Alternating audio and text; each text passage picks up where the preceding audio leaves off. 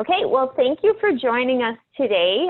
It's awesome to see that so many people have come to several of our sessions. That's really great. Many of you will know by now that my name is Caroline and I'm here from Eco Superior. This course is part of the Safe Cycling Thunder Bay program, which is funded by the City of Thunder Bay and delivered by Eco Superior. And today your instructors are Janet and Bruce. And we do have two Janets for those of you who go over to Janet and you're like, this Janet doesn't look familiar. We did have a different Janet previously. So I'm just going to pass it over to Janet and Bruce, and then I will do the housekeeping after that, and then we will delve in. So Janet and Bruce, whichever of you wants to go next, or maybe I'll just pass it to Janet. Sure. Hi, good evening, everyone. And I just wanted to thank you for joining us for this bike session, and also really for your interest in cycling and learning how to be a better rider potentially and have more confidence on the bike. So thank you for that. I have been with Safe Cycling Thunder Bay for almost a year and a half, but I have been a cyclist for many, many years as a commuter when I was a young adult. And then I was a competitive cyclist and still am, and race locally, provincially, nationally, and I've had the opportunity to race internationally as well. So lots of experience, and I'll share some of that with you this evening and look forward to that. Thanks, Janet. My name is Bruce, and this is also my second season as a safe cycling instructor. It's actually quite a rigorous course they put you through, so we got lots of great experience to help you guys learn. I used to be a part-time bike mechanic, and it was actually more like a hobby that I got paid for.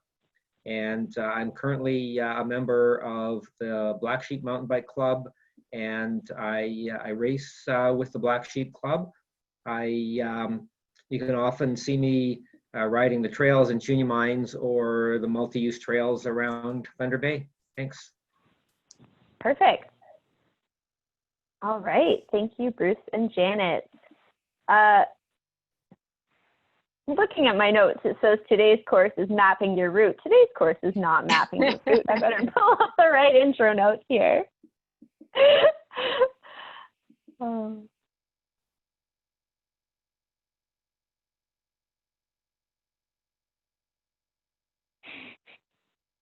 Okay, well, I can't find them. That's fine. So today's course is not mapping your route. It's gearing, braking, and hills. Refining your ride is what this course is called. Next week, we have a course about multi-day cycling touring. So that should be really great as well. And we have a special speaker. So we've gone outside of our instructor pool, and that should be super great. We also have all of the courses that we have already done recorded, and many of them are on the link that I'll share, and some of them are in the process of being uploaded. So there's a link in the chat to the recorded workshops. And then we've also made a series of virtual tours around Thunder Bay, which are up on our website. So I'm going to share that in the chat as well. So thank you for joining us. We will be recording, so if you really need to revisit this webinar, or if you have a friend who's missed it, you can certainly do that. The other thing to know is that we do typically offer in-person cycling courses with very small groups with an average of 4 participants. Today's course in particular would make sense to have kind of a follow-up session. So if you want to work on your gearing, braking, and hill riding on your own, and then set up a one-on-one with an instructor, that might be an option. So in terms of a timeline for when we might be able to move forward with in-person courses, basically early on in the cycling season, I had to make a decision. I either had time to put together this webinar series, or I had time to work with the city to go through kind of the process to get approved to run in-person courses. And webinars were a sure thing, and they've been really well subscribed. So I'm glad I did that. But I am going to be shifting gears and working towards getting approval from the city to run in-person courses. So if you would like to work on your gearing, braking, and hill riding, or if you'd like to join one of our public courses, I'm hoping to have those ready to go definitely by early September. So that's kind of an update with that timeline. For right now, what we would like to know is if there's something specific with regards to gearing, braking, or hill riding that you'd like to work on. So please go ahead and type that in the chat. Whatever it is you might like to work on with regards to gearing, braking, hill riding, or otherwise with just refining your ride. And while you're typing, I just want to let everybody know there will be a Q&A at the end of the session. But if you think of a question partway, go ahead and just type it into the chat, and we'll make sure that we don't miss it. We'll get to it at the end for sure. And if one of the instructors is available to answer it partway through, they might be able to do that either in their presentation or in the chat. So yeah, feel free to type into the chat whenever, and we'll definitely have a Q&A at the end. So from here, I am going to share my screen. And I want to see if, nobody said yet what they want to work on. So go ahead and type. We want to hear what you want to work on with hill riding, gearing, or anything else, braking, with refining your ride.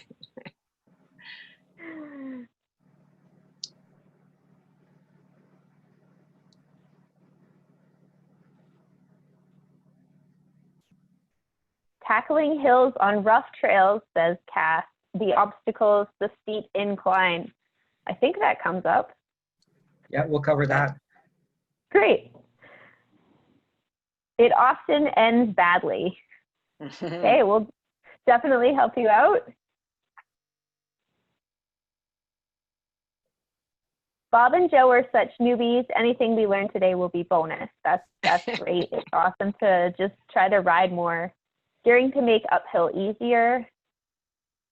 Common theme here.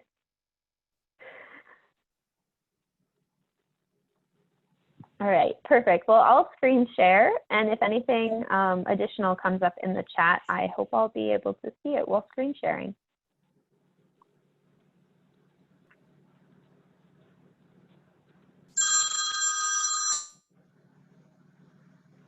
Perfect. So I am gonna let Bruce and Janet delve in.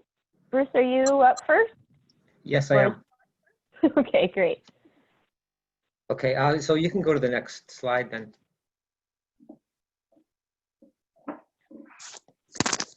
Tonight then we are going to cover braking safely, how to use your gears, the ups and downs of hills, and then we'll go over some practice drills where you can go and learn on your own.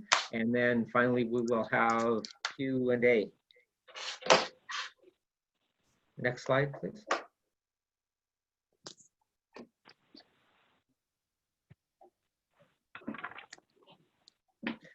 Our objectives tonight then are to help you all learn to ride safely on any terrain. That will give you more confidence, and then that will let you add more variety on your rides, which will lead to better fitness and more fun. What more could you like? Better weather maybe, but that's not something that we're capable of delivering. For braking, we're going to cover safety basics, different types of brakes, basic braking techniques, and advanced stopping.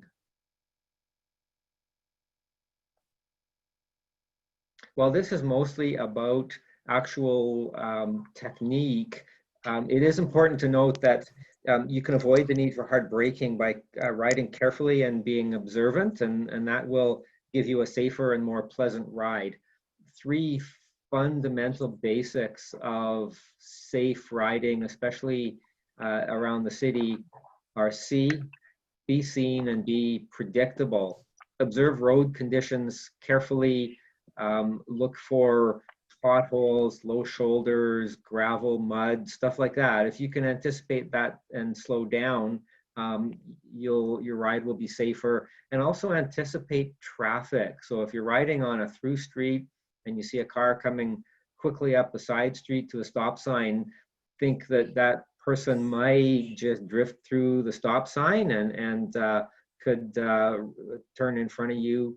Or if you see a parked car, look carefully, if you can see the driver's head either through the back window or in their mirror, you know, that will let you know that they are in the car. So there's a greater possibility they'll be pulling away from the curb into traffic in front of you, or if you see exhaust in cooler weather,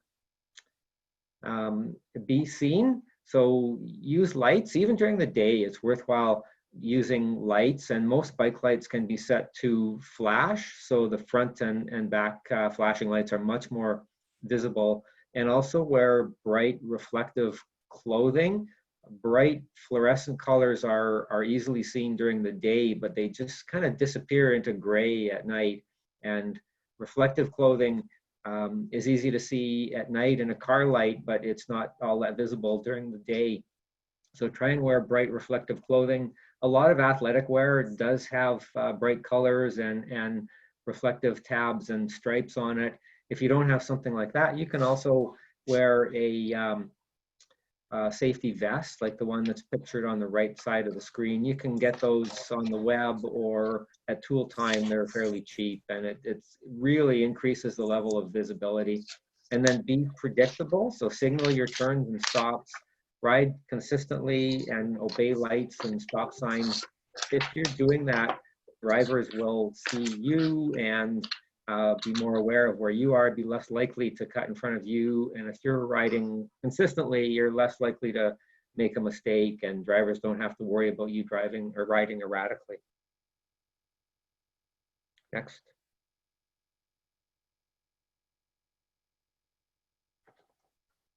So we'll cover off some different types of brakes. So the three main types are rim brakes, disc brakes, and coaster brakes. The four pictures at the top of your screen on the right-hand side show rim brakes, and they all have rubber pads that squeeze the rim just below the tire, and they're all actuated by a cable. Any of those brakes need a little extra care in wet conditions. The reason for that is your rim is going through, it's close to the ground, and it's picking up a little bit of water, and then that water stays on the rim, the brake pads hit it, and it just takes an extra second or two for your brake pads to squeeze that water out. So with any kind of rim brake, you need to take a little bit of extra care in wet conditions. Disc brakes are the one shown at the bottom right-hand side of the screen. They've got a metal disc that's attached to the hub and a caliper that's attached to the fork or the frame. They've got very powerful stopping. They're hydraulically actuated, so they're easy to use, and they're less susceptible to weather and wet conditions. A lot of mountain bikes have those these days, and a few road and racing bikes. The other type of brake are coaster brakes. Those are the ones that you pedal backwards to stop. They're typically found on kids' bikes or beach type bikes, so we're not going to cover those here.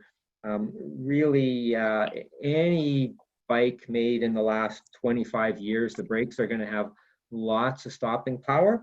So traction and braking technique are more of an issue than the actual ability of the brakes to stop. Next slide, please, Carolyn. We'll cover just a little bit about brake adjustments, because this is something you really need to know when you ride.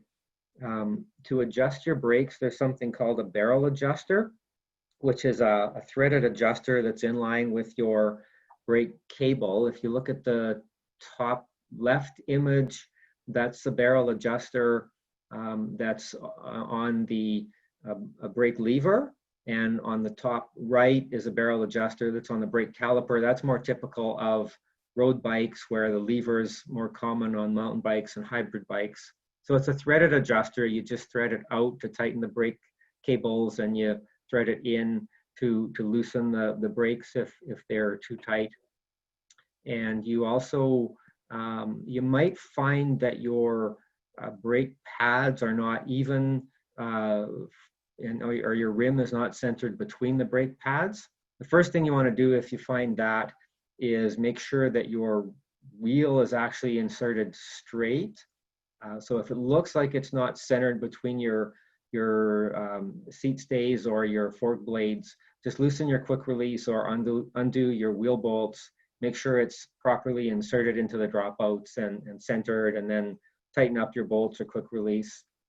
If that doesn't fix it, then most brakes have a small screw on them. You see the bottom left picture is typical of mountain bikes and hybrids. The screws on the side of the caliper, and on road bikes is like the bottom right-hand side. There's a small screw on the top of the caliper. There's usually only one screw because if you tighten it on one side, it loosens it on the other. It's not super critical to have this exactly centered, but you want to make sure that it's not rubbing against your rim. Next slide. So when you hop on your bike, your levers should move smoothly. Sometimes over time they'll get sticky and maybe feel like the cable's kind of frayed. So if that's the case, you can try lubricating your cables, and if that doesn't work, you might need to replace them. And if you squeeze your brake levers hard, you should have at least 2 finger width between the lever and the handlebar when applied. If you don't have that, you should tighten up your brakes using the barrel adjuster. Take a look at your brake pads. Make sure that they're tight and not overly worn, that they're contacting the rim straight and centered on the rim. Make sure they're not getting too close to the tire, because if they touch the tire, they'll wear out the tire and you could get a blowout. I've talked mostly about rim brakes. Disc brakes are much less finicky because the pads really only go in one way and they're not prone to being adjusted wrong. The one issue with disc brakes is they do have hydraulic fluid rather than cables. So you can get air in with your hydraulic fluid, and then they'll be kind of spongy and your levers will feel soft. If that's the case, your brakes need to be bled, and probably something you should take to a bike shop to do. This isn't common, but I just thought we should mention it. Next slide, please. First thing you want to do is signal before stopping. And the important thing to remember here is, and I think you can see, I can't see it on my screen because our images are over it, but to signal a stop, you just hold your arm out with your upper arm parallel to the ground and your forearm straight down and your hand out. That's kind of the universal stop signal for bike riding. And the important thing to remember is that you should signal first and then replace your hand on your bars to stop. If you're trying to stop with only one hand on your handlebars, you know, it's unstable. If you hit a pothole or a bump or go over the shoulder, you could fall. So signal first, put your hand back on the bar, and then stop. Apply your brakes carefully, lightly at first, and then gradually squeezing harder, just like you would in a car. A skidding wheel has less traction and less stability, so try not to skid. What we say in cycling is ride, don't slide. And the other thing you need to know is that if you're stopping, inertia will transfer your weight forward, and you need to resist that by bracing with your arms. And it's similar if you've ever seen a car do a really quick stop. You notice the front of the car will dip down and the back of the car will lift up. So that's inertia trying to keep the car moving while the tires try to stop the car and the suspension compresses as a result. The same thing happens on a bike. And so you need to resist that by just bracing with your arms. And we'll show you more about that on the next slide. Caroline, next slide. So emergency braking, as I said, inertia transfers weight to the front wheel. So the front wheel will have about 75% of your total stopping power, and the back wheel will have 25%. So you can squeeze the front wheel or the front brake lever 3 times harder than the rear brake lever. On most North American bikes, the right lever will control your back brake and the left lever will control the front brake. It tends to be the opposite in Europe, so it just depends where your bike's from, but almost all bikes in North America, the right brake lever will control the back brake. You also want to have proper weight distribution. So if you need to do a panic stop, straighten your arms and slide slightly back on the saddle. This is something that you should practice, and we'll get into that a little bit later. And then on the next slide, we have some images of how to stop. So the image on the left side is a quick stop.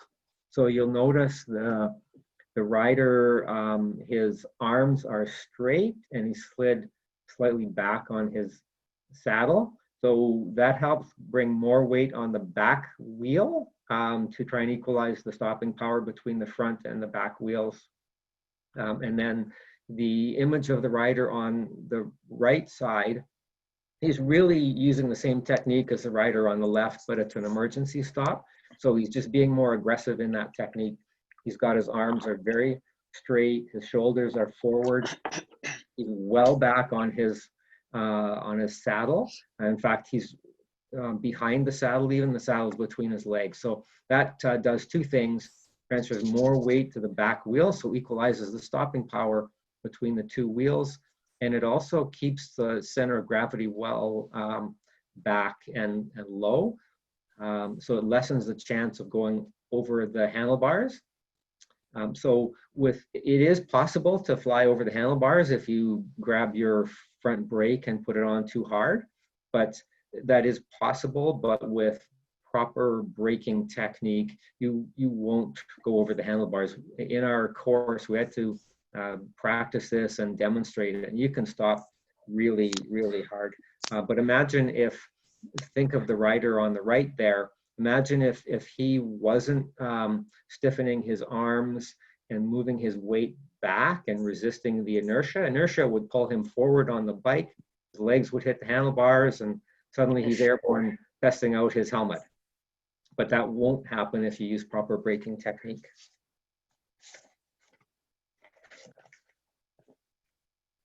And the final thing I'll cover is adverse conditions. So if you're on wet pavement or gravel, you have to be careful, just like a car, you know, wet surfaces and dirt or mud don't have as much traction, so you have to be more careful.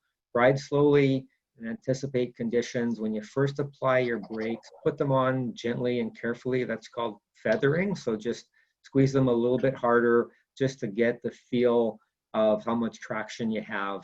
Try and avoid braking and turning at the same time. You might think you can do that, and then you're halfway around your turn and you hit a wet spot or some gravel or mud. Suddenly your front wheel slides out and you're face down on the pavement, which is probably not something you really want to do. And also with hills, try and brake before the hills to avoid excess speed.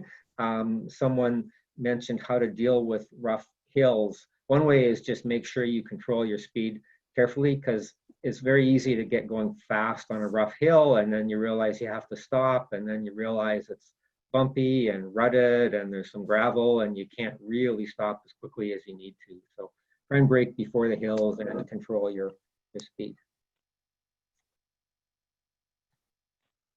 So as a summary on braking, be seen and be safe, anticipate conditions, signal before you stop, and brake early and carefully. It's kind of like voting, early and carefully. So I will hand it over to Janet for the go portion of the presentation. Perfect. And Bruce, I just want to draw your attention. We have had at least one question regarding braking come up in the chat. So maybe if you can just answer it in the chat while Janet presents, and then we'll return and review all the questions at the end. Okay, I don't see, oh, I think I can just turn it on. You good? Okay, yeah, I can try, I'll answer that. All right, and you know, if we just get it to it at the end, that's fine too, but it's kind of nice if you can answer it now, and then we'll review for the group during the Q&A. All right, passing it over to Janet. Thank you, Bruce. Thanks. Yeah, thanks very much, Bruce.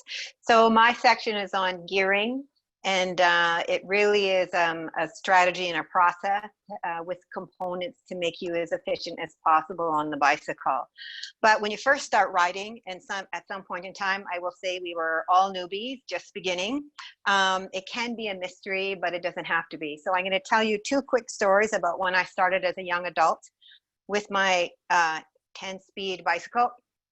And someone said to me, put the bike in the hardest gear that you can possibly manage and don't move it. Don't shift it at all, keep it in that gear. And I will tell you that I did okay going down hills with the tailwind, and that's about all I could do on the bicycle. So that strategy didn't work using a hard gear. Then someone said, no, that's all wrong. Just pick a middle gear and stay in that gear. So then, okay, that was better than having a hard gear all the time. But what I found happened was in that middle gear, I was okay on rolling terrain or flat terrain. Climbing was a problem, and going down a hill was a problem because I would just spin and spin and spin and almost kind of fly out of my saddle. So we all can learn in the next 15 minutes. I'm going to talk to you about how I moved from being a newbie and what I learned along the way, and share some of that information with you. So Caroline, can you flip there? Okay, thank you. So then this is just a quick overview, the things that I'm going to cover in the next 15 minutes. I'm going to talk, I will talk about goals a little bit, something that hopefully that you'll be able to achieve by the end. And I know each of you will have your own personal goals as well. And then we'll talk about the components and how they work, what your role is as the rider, and a few tips. And Bruce and I also put together some practice ideas for the at the very end for you to, at 8 o'clock when we're done, you can go out and practice. So next slide, please, Caroline, thank you. So what is the best gear, and really is there a best gear? And I'm going to answer that by saying there is no one overall best gear for you to use all the time, but there is a best gear for you to use in a particular moment while you're riding. And it depends on all of these things: the type of bike you're using, the terrain, your purpose in the particular ride, the conditions, and a really key part in all of that is you, because you are the engine, and without you moving those pedals, the bicycle isn't going to go anywhere. So we'll talk about all those things as we go ahead. But next slide, Caroline, and we'll take a look at the goals. So these are some goals actually that I pulled together just to think about what I want to accomplish. What I hope you will accomplish and we'll all accomplish by the end is knowing some gear basics, knowing when to use different gears under different conditions for the bicycle that you have. And also, as I said, we've said it a few times, that there are some practice ideas at the end. And so what we'd like you to do, and Caroline said that at the start, is think of a goal that you want to accomplish. Not only learn by the end of the session, but what you want to accomplish in your braking, in your gearing, in your hill climbing, etc. Just what do you want to achieve, and what do you want to get better for yourself. Next slide. Okay, so this might be the most complicated picture. So this is the drive train, and these are bicycle components. And people will say, so why do I need the bicycle components? Why do I need to know it? I just think it's helpful to have that terminology when you're talking to someone, when you're thinking about your bike. And actually, one of the exercises at the end is for you to go to your bike, and if you don't already know these parts and how they work, to check them on your bike. I think I rode for many years without even understanding the words, and I would take my bike into the shop and they would use these words like derailleur, and I would think, what the heck is a derailleur? So it's good that you know these basics. So I'm going to start on the right hand side where it says left and right shifters. So you will have, you may have just a right shifter, but probably you'll have a left and right shifter on your handlebars. They could be integrated into the brakes, but they might be like these ones that are shown in the, they're integrated in the grips. And have a very old bicycle that's a custom frame bike from years ago, and the shifters are actually on the frame, on the down tube that you reach down, and you may have seen a bicycle like that, or you might have one like that. I have a few bicycles, but that's kind of a cool one. So you have your shifters, and then I'm going to move to the left. And there's something here called chain rings. So the chain rings are about the size of the palm of your hand as you span it open. And on a road bike, typically you would have 2 chain rings, a big one and a smaller one. On a mountain bike, you probably have 3, a big one, a small one, and then something someone might call a granny gear. There are mountain bikes that are being produced now that have a big chain ring and more gears at the back. I'm not going to talk about that one. And you could also have just 1 chain ring in at the front. So the chain rings are, again, those big gears at the front, and they all have little teeth. And different bicycles have different numbers of teeth. It's really important, the number of teeth as well as the size of those chain rings. So if we move towards the back of the bicycle or the left-hand side of the page, there is something there called a cassette. A cassette is made up of cogs or sprockets, and they're small sprockets that are closest, that are furthest away from the frame, I'm sorry, and they get bigger and bigger as that group of sprockets gets closer to your frame. And again, the teeth and the number of teeth are really important.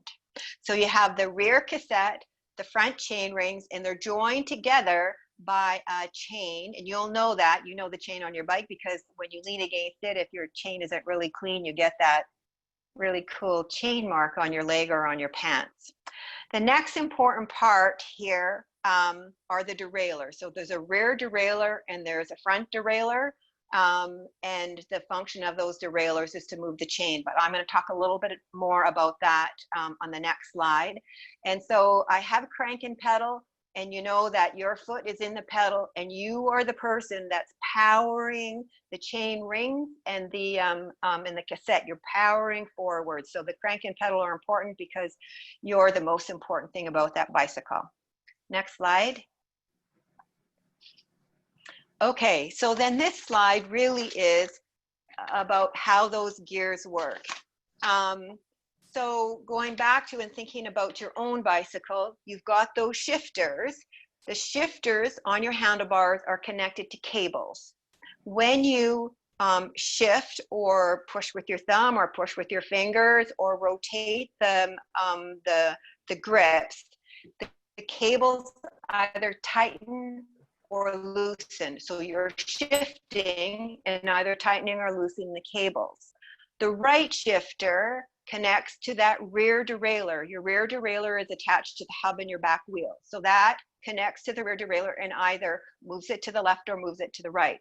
The left shifter connects with the front derailleur, and the derailleurs then move the chain. So it can move it from cog to cog in the back, either move the chain towards your frame or move the chain away from your frame. Similarly, on the chain ring, the front derailleur will move the chain from that big ring to the smaller ring, to that smaller ring again, and then back up again. And it's important for you to be familiar with, do I press with my thumb? Do I press with my fingers? If it's a lever, do I go up or do I go down it? Honestly, there are times when I'm on those bikes with the grips that have the shifters, it takes me a little bit to get to remember, okay, which way do I turn these, forward or backward? So you need to practice that on your bike. And even after time, sometimes that you become familiar with that. The other thing is that the shifters operate independently. You do one or the other. I think I have tried trying to do both at the same time. It's not really a good idea. It's better to do one shift or the other. You can do them in succession, but not at the same time. Caroline, can you go to the next slide, please?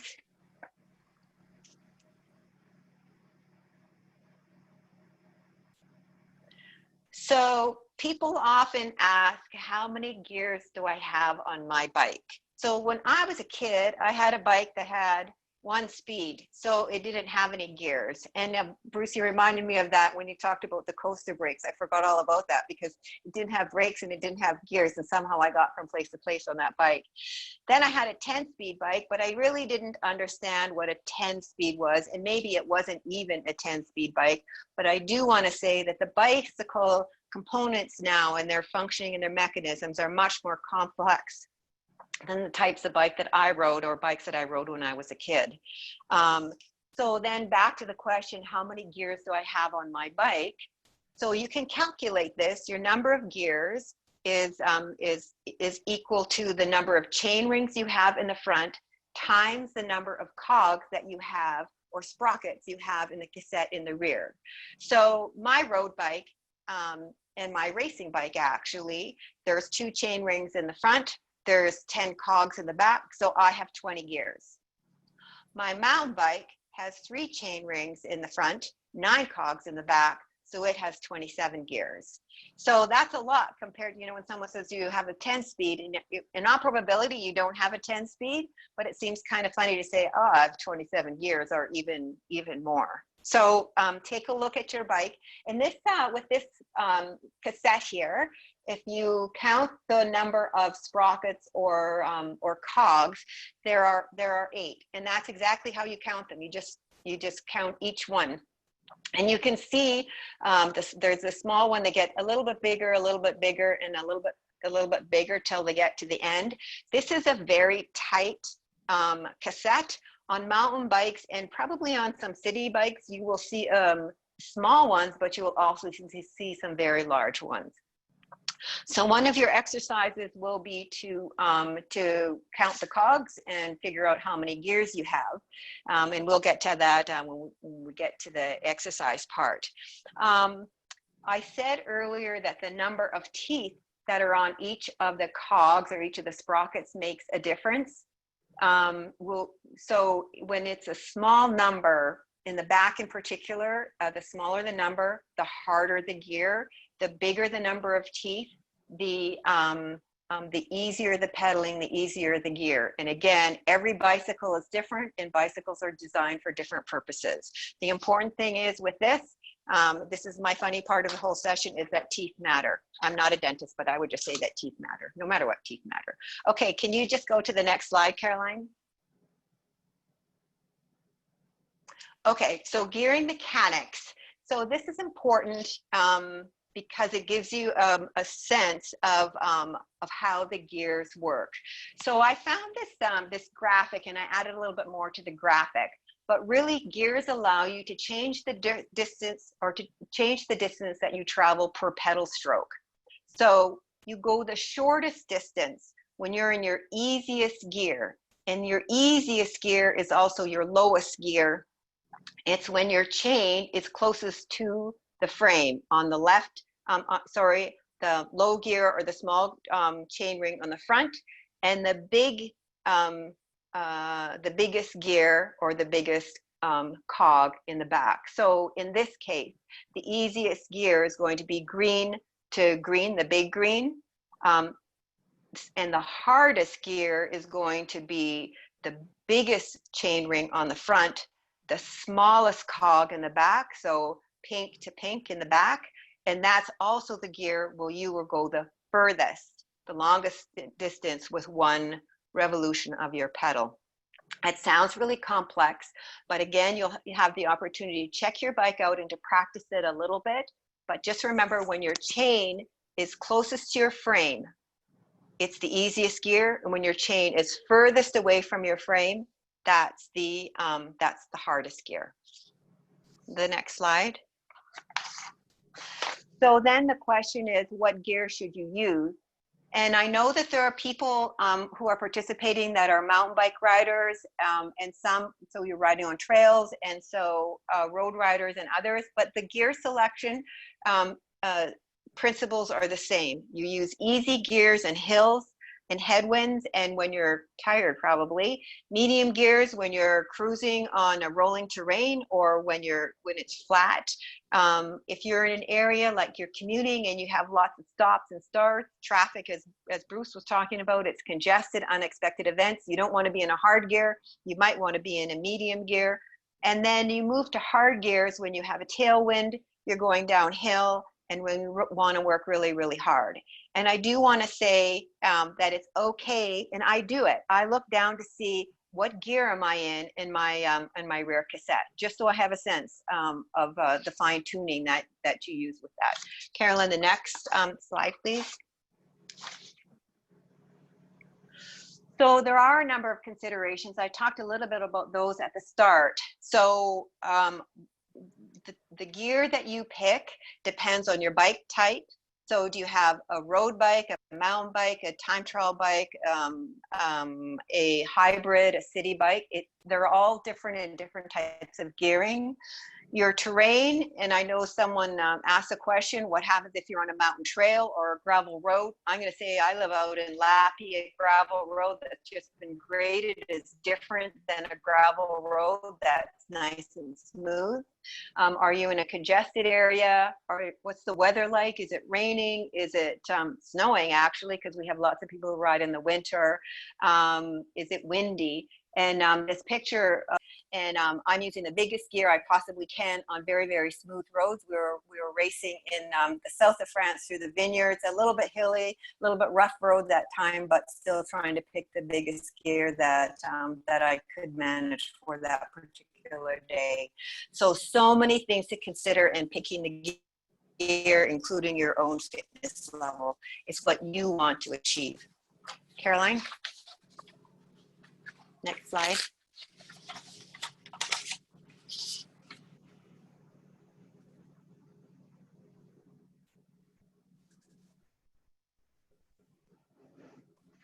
There we go. Okay, some extra tips. And these are for your consideration, just to think about and things that could make a difference for you as the rider, regardless of the type of bike you have, regardless of the terrain. Yes. Sorry, I'm going to pause you for a second. You're cutting in and out, and I think there's something that I can do to maybe make it a little bit better. So I'm just going to stop share for a sec and fix one thing on my computer. Okay. Oops, which might make it speed up a little bit. Going to give that a second to register. Oh, yes, it could be, all right. It could be the band out in Lappy too. Well, there's something that was on my end that that might be changing the connection. So I just wanted to do what I can, and now I have done it, and I'm going to share again. Sorry to interrupt. That's okay.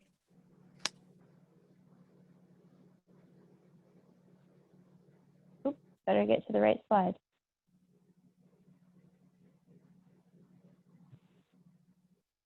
Perfect. Okay, thanks. Sorry about the interruption. Yeah, that's okay. Are you going to put it full screen? Oh, there it goes. Okay. All right, so here we are just on some extra tips again for your consideration.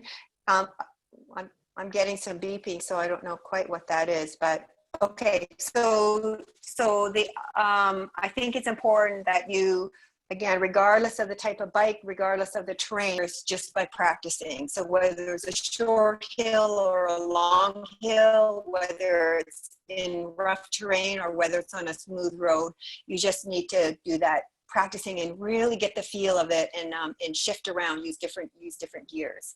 It's important, I would say, that for every ride, just before you go, you think, what am I trying to accomplish? I'm going from point to point, so maybe your gearing doesn't matter as much. I'm going to have a hard workout this time, or I'm running to Quebec and back, or I'm going in Junior Mines and I know it's really rough and I have to think about my gearing. I suggest that you have a mindset about that before you go.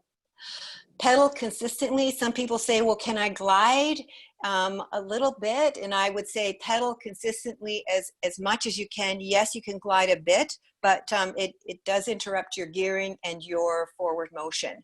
I suggest in pedaling that you use a circular motion. You just don't drive down with your pedal, but that you actually pedal.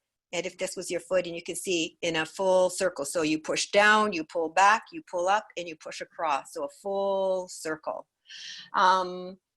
It's important that you maintain a consistent cadence. And again, that's terrain dependent, but you pick a cadence, or you have a comfortable cadence, a sweet spot for you. Mine is 88 to 92, bang on. And I shift my gears to maintain that cadence. I monitor my cadence all the time. There's lots of technology out there to help you do it. Sometimes when you go to shift, it doesn't seem to shift easily. If you soft pedal or ease up on your pedals, then you will be able to shift more readily. You have to be careful that you don't shift going up a hard hill, because your bike just can't handle that extra pressure. The next point is that it's better to make small shifts than big jumps. So if you're on, I'm going to say this, when you're on gear 1, then you go to gear 2, you go to gear 3. You don't do a quick shift and go from gear 1 up 3 or 4 jumps, because your bike, it won't handle it that well, and you will probably miss shift.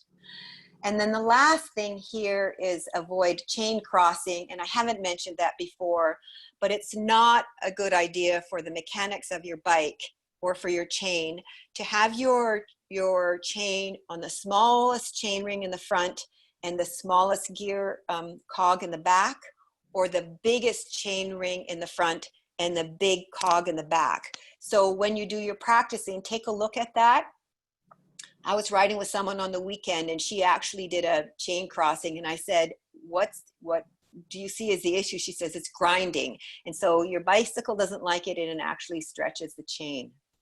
The last point that I want to make on this is that it's kind of underneath us here, and I don't know if people can see it, but a clean bike is an efficient bike. It makes all the difference in the world if your bike is clean and lubed. And so I'm just going to leave that with, it's really important to have a clean bike. And then I'll move on, because Bruce is going to do the next section about hills. Okay, so for hills, and we did have a question from Cass about rough hills. We definitely will go over that. We'll cover off the basics and how to go downhill safely and how to climb hills. So, when you're at the bottom of that big long hill and you got to get up, just look up there and think it's just a hill, get over it. Next slide, please.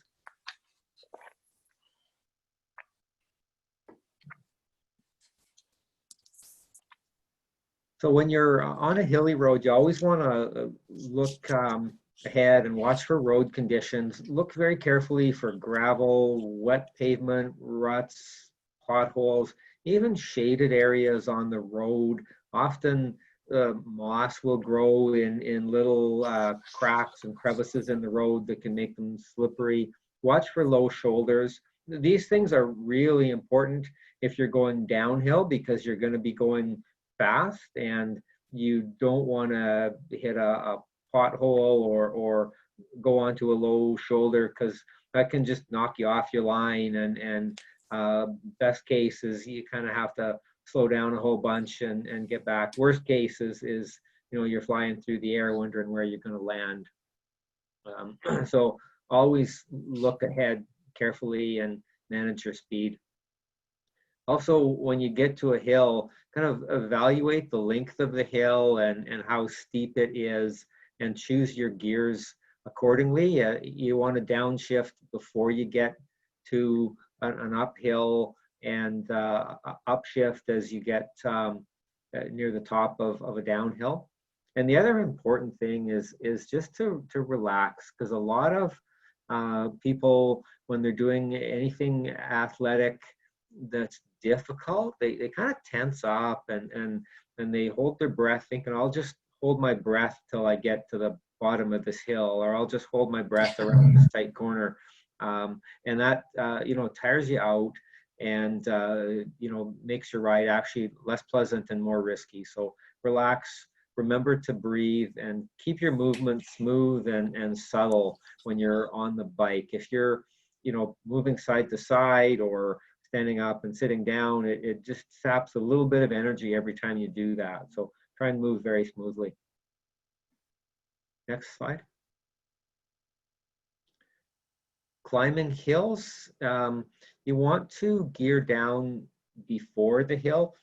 Your bike's got a lot of gears, use them. A lot of people will think, I want to be strong and tough, and I can get up this hill without gearing down a lot. Unless you're a competitive athlete trying to really build up your strength, you're in this for the enjoyment. So you might as well use the gears and pick the one that's most appropriate for your ride. And as Janet mentioned, your bike will shift if you're going up a hill and pedaling hard, but it won't like it. It'll kind of grind and make a lot of noise. And that tends to put a lot of wear on your freewheel cogs and also on your chain. So those parts of your bike just won't last as long. So try not to have to shift when you're pedaling really hard or going up a very steep hill. You also have a choice between climbing a hill seated versus standing. To some extent, that's a personal preference. Some people just like to stay in the saddle. Others like to stand up to get that extra bit of power. Sitting down is more efficient. So, if you're on a moderate hill, especially a long hill, stay seated if you can. You can stand for short, steep hills or for extra power at the end of a long climb. What I find, even here in the city on the multi-use trails, if you're on a little part of the trail that goes under a bridge, and then you come out on the other side and there's a steep hill to get back up to grade level. Even there, if you just want to stand up for that short climb, it'll get you to the top quicker. And or even at the end of a long grind, when you're just not sure you're going to make it all the way to the top, if you stand up, it'll give you extra power at the end of a hill. Another thing is resist the urge to power up the hill. Some people see a hill and they think, well, that's going to be hard, but if I just speed up at the bottom and give it some extra power, I'll be able to get up there real quick.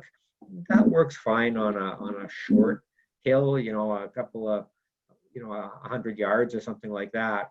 But you don't want to be going to power your way up a hill that's half a mile long or 5 miles long if you're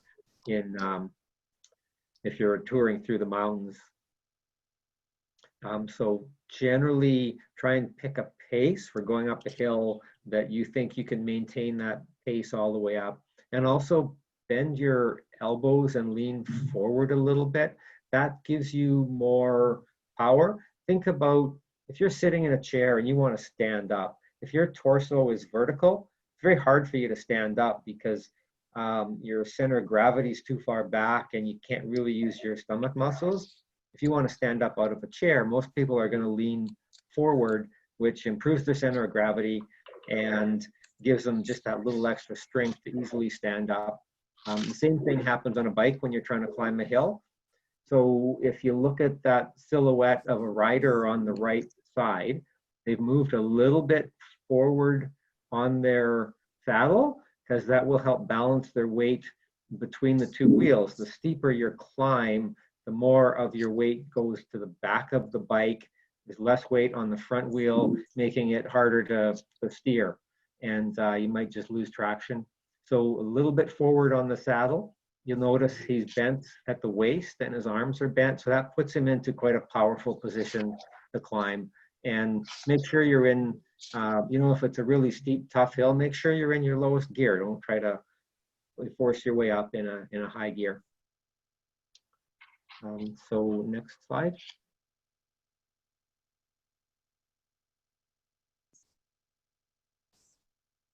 So now for descending hills, really important thing is control your speed because you will build up a lot of speed going downhill.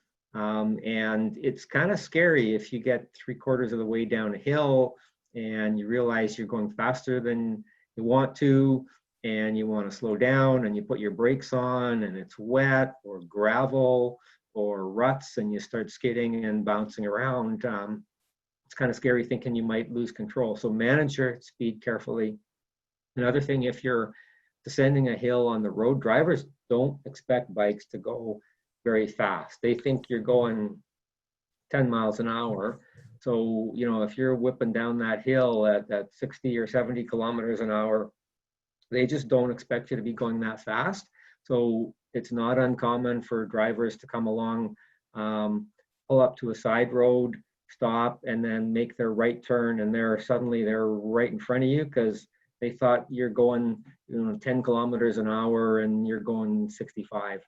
The same thing if you're going down a hill and there's a car coming towards you in the other lane and they want to make a left turn. Not unusual for them to just not realize how fast you're going. So be very careful, watch for traffic, keep your hands on your brake levers. The other thing you want to do is stay low and back on the bike. So the steeper a hill is, the more of your weight gets transferred forward. It's just the opposite of climbing a hill. So more of your weight gets transferred forward. If you hit a bump, you could, your front wheel could go in a pothole and you'll just stop and suddenly you're flying through the air. So stay low and back on the bike. That helps lower your center of gravity. If you're riding a racing bike, you want to be in the drops. Janet knows what I'm talking about. If you're not familiar with that term, it refers to on a road bike or racing type bike, the curved part on the bottom of the handlebars. If you hold down there, it lowers your center of gravity, and if you have to stop, you generally have better braking control from the drops than on the tops or the brake hoods. Slow down before turning. Try to avoid braking and turning at the same time. You might get away with it, but all it takes on a mountain bike is a little bump or some mud, or on the road just a little bit of gravel on a corner, and that's where gravel ends up on roads. You're braking, your front wheel hits some gravel, suddenly you've got less traction and your wheel just slides out from under you. I think we had a question about rough hills and how to handle them.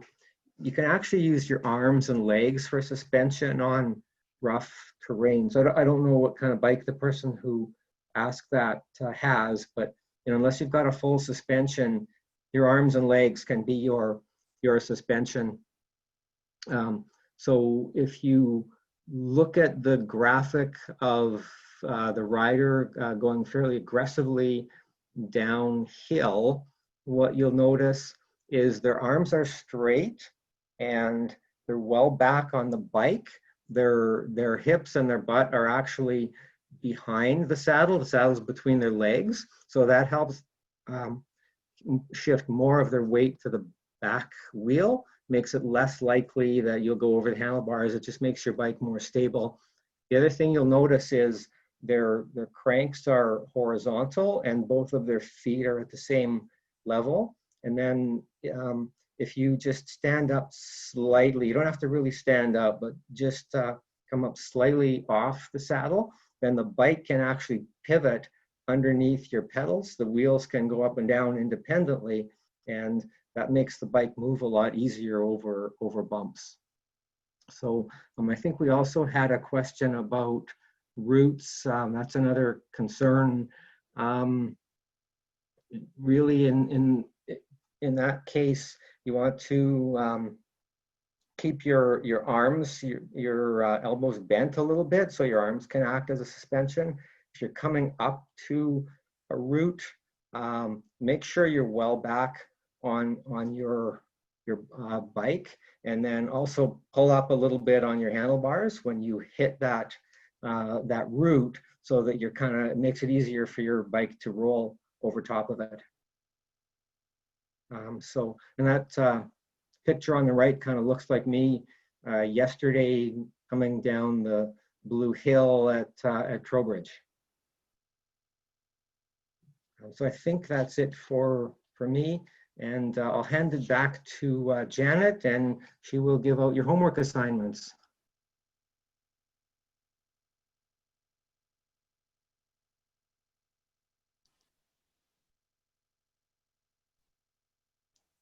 Janet, are you there? Sorry, I am guilty for having muted Janet because I think she had a little bit of background noise. Sorry, Janet. Yeah, no, that's okay. And I don't have this, has asked you to start your video. Okay. But I don't have the share screen up anymore. Okay. But I don't know why.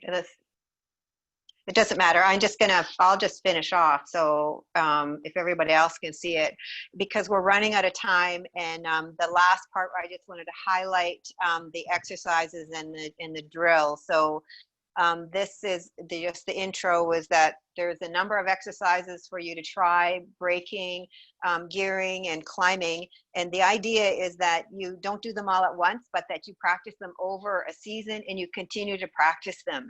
So you might go for a ride and say, in the next 10 minutes, whether it's in the trails or whether it's on the road, I'm going to practice some of these drills. So the only thing that I would suggest, it's the slide, and again, I'm not seeing the slides up, but it's the one that is called, it's called gearing drills. The only thing that I would suggest is that if you're practicing on the road, in particular with the big gears, that you pick a downhill section and practice then, because it's really hard to stay in a big gear if you're not down here, or with a tailwind. So if you're going to go for a ride and practice them, use a headwind for the easy gears and a tailwind for the hard gears. And then just the very last slide, and I'm just flipping through them, Caroline, because we're running out of time, is just Bruce pulled together the slide just to thank you very much for participating today. Cool. Is there anything else? Maybe I'll give folks a minute to type their questions in the chat, but it does usually take a minute for those to come in. So is there anything else you want to cover regarding the drills while we wait for questions? So please type your questions into the chat. And Janet and I think just Janet will review the drills while you do. Oh, sure. Okay. I was just a little bit worried about the time because we're overtime here, but let me see. Nope. I don't know what the scoop is. Okay. So do you want me to go to, which slide do you want me to go to? Oh, go to the one that says know your bike. Perfect. So this one is just for you, regardless of how experienced you are, is to explore your bike. Feel comfortable with the parts, the names of the parts, the function, and actually stand over your bike. And this was Bruce's suggestion: squeeze the brakes, get a feel for that. You don't have to ride it, just kind of, explore it. And then the same with all the components. Look at the components, know the names of the components, and you can actually look at your shifters and practice with your shifters where your bike is just still. And all this is really just exploring your bike. And I guess I would also say to mentally practice braking and shifting as well. What you can do mentally means that you can do it physically if it's just a good way to practice. And then the braking drills, Bruce, I don't know if there's anything more you wanted to add about the braking drills, or are they self-explanatory? Yeah, I think they're fairly self-explanatory. Make sure you find a safe, empty, paved area with good surface, like a parking lot. The LU parking lot by the hangars usually got lots of space, or maybe a playground with a paved area, early in the morning before the kids get there. Just make sure it's a safe area, and gradually work up to quicker and quicker stops until you're comfortable doing an emergency type of stop, because better to find out in a parking lot than on the street. I would say, and thank you for that, Bruce, I would say that when you practice any of the drills, it's better to do it in a non-congested area. I was riding on John Street on the weekend, and I was thinking, okay, John Street's not a bad place to practice some of the drills going out towards Murillo. Usually you have a headwind and a slight incline going all the way up. So I was actually doing the drills in the easy gears, going out and coming back with the tailwind, and a bit of a downhill just in the big chain ring. So just pick a quiet area to practice. I would think that that's good no matter what. Was there a question? Yeah, I'll just review the questions that have kind of come up in the chat. Some of them were addressed, so tackling hills on rough trails. The noise of disc brakes, is it unavoidable? And Bruce said, for disc brakes, check that your wheel is installed straight in the dropouts. If it is crooked, the disc can rub the pads and make noise. Make sure your brakes are adjusted right, not too tight. If neither of those are the issue, then the noise is not avoidable. And then tree roots, which you guys addressed. And yeah, we had a question from Steph. Can you talk, this one's for Janet, can you talk a bit about how the left and right shifters function together? Okay, so they function independently, not necessarily together. And the way, so the left shifter shifts, moves your derailleur and shifts your chain from the big chain ring to the small chain ring. And if you have a mountain bike, to the very smallest and back again. The right shifter, so you probably have a, I don't know what you have on your bike, but my road bike, actually my mountain bike has a thumb shifter and a finger shifter that's integrated into the gears. You just have to practice those a little bit, but the right shifters shift the derailleur and your chain from the small cog in the back all the way up to the big one and then back down again. One shift or one click in one direction will move it up. And similarly, it will move it down.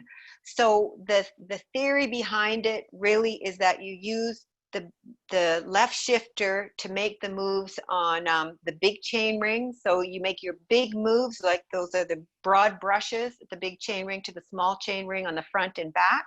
And your fine tuning shifting is on your cassette in the rear. So, and as I said before, you go up one at a time, not multiple shifts at a time. And I would say to get familiar with how it feels is go out and do some of those drills. And honestly, I practice those drills and get a feel for what it feels like to shift to go up and what it feels like to shift to go down, where the pressure is and how your bike is actually shifting. And you'll, after a while, you just automatically shift. You're in a particular cadence and you just automatically shift up or shift down.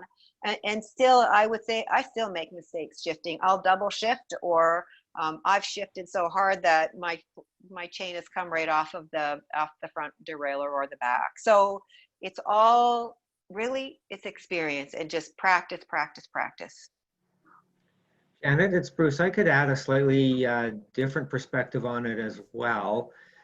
So if you have a bike that has two chain rings on the front, if you're riding around town and not going really fast, you're probably going to do most of your riding on the small chain ring in the front. And it's only if you are going really fast with a tailwind or downhill and you start pedaling too fast, then you want to switch to the large chain ring. So really, probably going to be using your small chain ring unless you're a racer most of the time, and then switch to your big chain ring if you want to go fast. And if you have like a mountain bike or hybrid with triple crank, which will have 3 chain rings, most of your riding is going to be on the middle chain ring. And if you get to a hill and on that middle chain ring, you can use any of your back gears on your cassette. And then if you are going up a hill or against a wind, or you're tired and it's just too hard to pedal, that's when you want to go down to your small chain ring. Or if you're going downhill or with a wind, that's when you want to go to your big chain ring. But if you have 3 chain rings, you probably want to spend most of your time on the middle chain ring, and then you can use any of the back gears that you want. So that really simplifies it. If you're only switching to your big chain ring or your small chain ring for hills or wind or when you're tired.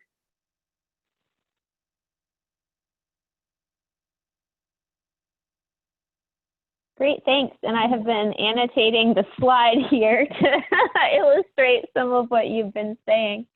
All right, great. Is there anything else? I just want to make sure that folks have kind of grasped what because I know we really sped through those exercises.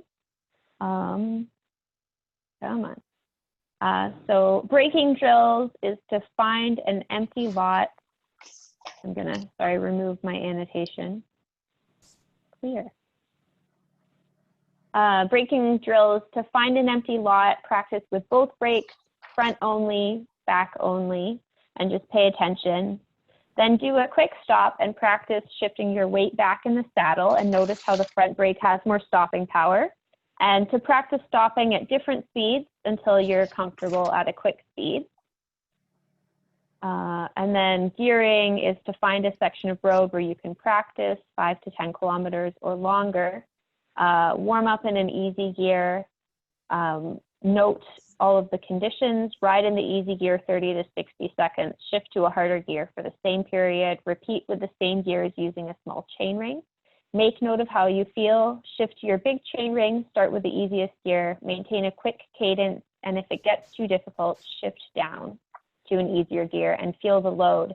And I actually have an alternate gearing drill that I do, Janet, which is that I have participants draw a straight line with chalk about 60 feet, or you can use an established line in a parking lot and just practice the straight line ride, practice it in your lowest gear, see how it feels, practice it in your highest gear, see how it feels, and then pick something in the middle and see how it feels. So that's a different approach that I have taken if folks don't want to go for a 5 to 10 kilometer ride. So just a comment about this one, and I'm not sure how my slides, the picture of the road kind of interfered with the text, but as I said, I kind of did this exercise on the weekend, and it's pretty tough. So I would think just be careful, because it's in the big gear, in the biggest gear, it is hard. The idea of this one is to maintain this cadence of 70 to 100, whatever cadence you're comfortable with, and then shift your gear trying to maintain that cadence. And you can actually count your pedal strokes if you have a stopwatch, if that's all you have for monitoring yourself, and you just how many strokes there are in a minute every time your right pedal, for example, comes to the top.